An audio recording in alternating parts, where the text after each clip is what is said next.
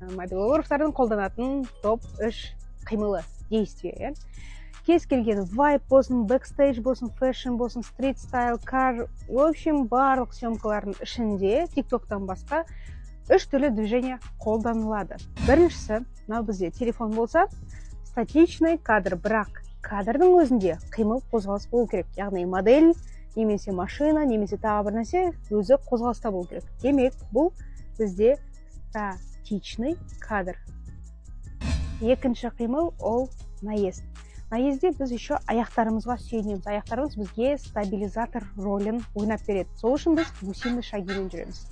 Наезд алдыға, немесе тура солай артқа. Объекттен, объект оның орнына адам болуы мүмкін, машина болуы мүмкін, модель болуы мүмкін, кім угодно, магазин, здание, кез келген нәрсе, бірақ наезд алдыға и артқа. Үшінші қимыл ол бізде оңға және солға айналып жүру, то есть немесе оңға қарай жүріп айналдырасыз, немесе солға қарай жүріп айналдырасыз. Осы 3 движениядан бүкіл видеолар тұрады. Немесе енді жаңағы наездің ішінде модель өзіне қарама-қарсы кетіп баратқан кезі бар, түрлене береді, бірақ тек қана осы 3 қимылдың айналасында түсіріледі. Ақпарат пайдалы болса, не істеу керек екенін білесіздер. Келесі кездескенше.